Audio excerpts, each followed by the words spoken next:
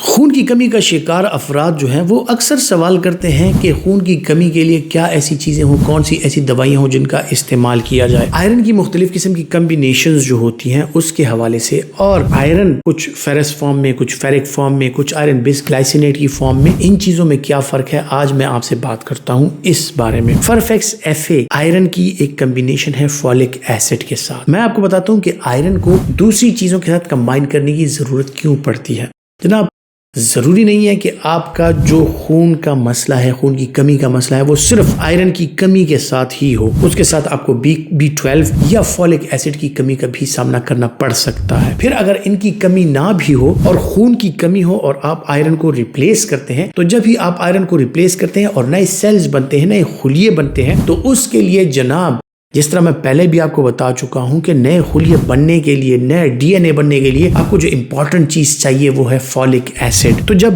نئے خلیے بنتے ہیں، نئے بلڈ سیلز بنتے ہیں، جب آپ کے آر بی سیز بنتے ہیں، آپ کا خون بڑھتا ہے، تو ان نئے خلیوں کی پیدائش کے دوران ان کو جناب ضرورت ہوتی ہے بہت زیادہ مقدار میں آئرن کی، اور اس کے ساتھ ان نئے خلیوں کو ضرورت پڑتی ہے فولک ایسڈ کی۔ تو جب آئرن اور فولک ایسڈ کی کمبینیشن اگر آپ لیتے ہیں تو اس کے ساتھ نہ صرف آپ کے آئرن کی کمی پوری ہوتی ہے، بلکہ جو نئے خلیے بنتے ہیں ان میں ہیلپ مل رہی ہوتی ہے، اور آپ کا بون میرو جو ہے نئے خلیے بہترین طریقے سے بنا رہا ہوتا ہے، اور آپ کا خون بننے کا عمل جو ہے، یا ایچ بی جو آپ بڑھاتے ہیں، ہیموگلوبین لیول، اس کا اثر جو ہے بہت جلد وہ نمایاں ہو جاتا ہے۔ یعنی آئرن جاتا ہے، وہ آپ کے بون میرو میں جاتا ہے، اور اس بون میرو میں جا کر وہ بلڈ سیلز بننے کا عمل ہے اس میں شامل ہو جاتا ہے۔ آپ کے بلڈ سیل میں ہیم اور گلوبین یعنی پروٹین اس آئرن کو ساتھ ملا کے ہیموگلوبین بناتے ہیں، نیا سیل بنتا ہے۔ تو یہ تو معاملہ طے ہو گیا جناب کہ نئے بلڈ سیل تو آپ کے بننا سٹارٹ ہو گئے۔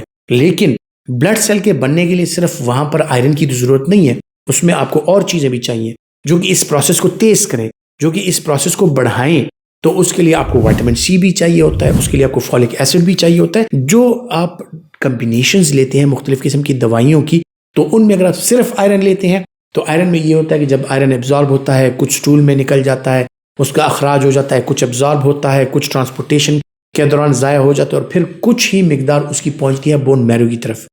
اور پھر بون میرو میں جب اس کی پروڈکشن سٹارٹ ہوتی ہے تو پھر کمی کا سامنا کرنا پڑتا ہے۔ جناب فولک ایسڈ نہیں ہے، وائٹامن B12 نہیں ہے، کیونکہ یہ چیزیں آپ کے بلڈ سیلز بننے کے لیے ضروری ہے۔ تو جب بھی خون کی شدید کمی ہو اور اس میں آپ کو آئرن ریپلیسمنٹ کی ضرورت ہو، تو ایٹ لیسٹ آپ کو آئرن کے ساتھ فولک ایسڈ جو ہے وہ ضرور چاہیے ہوتا ہے، تاکہ آپ کی بلڈ پروڈکشن زیادہ ہو۔ فرفیکس ایف اے جو ہے یہ ایک کمبینیشن ہے آئرن اور فولک ایسڈ کی، جس میں آئرن پولی ہائیڈروکسی مالٹوز پایا جاتا ہے، جو کہ جلدی ایبزارب بھی ہوتا ہے اس میں، اور جلد ہی وہ بون میرو تک اپنی رسائی بھی اچیو کر لیتا ہے، جلد ہی ہیموگلوبین کی پروڈکشن بھی سٹارٹ ہو جاتی ہے۔ اور ساتھ میں فولک ایسڈ بڑھانے کا یا لگانے کا مطلب یہی ہے کہ اس کو ایک اچھا انوائرمنٹ ملے، اور اس کا آپ کے بلڈ سیل جو ہیں وہ کمپلیٹ اور اچھے طریقے سے صحت مند فریش بلڈ سیلز بن کے نکلے۔ سائیڈ ایفیکٹس کے حوالے سے جب بھی آپ آئرن کا استعمال کرتے ہیں تو اس کے ساتھ کچھ لوگوں کو ڈائریا ہو سکتا ہے، زیادہ تر لوگوں کو قبض کی شکایت ہوتی ہے، اور آئرن کا استعمال کرنے والے لوگ جو ہیں ان کے پخانے کا کلر جو ہے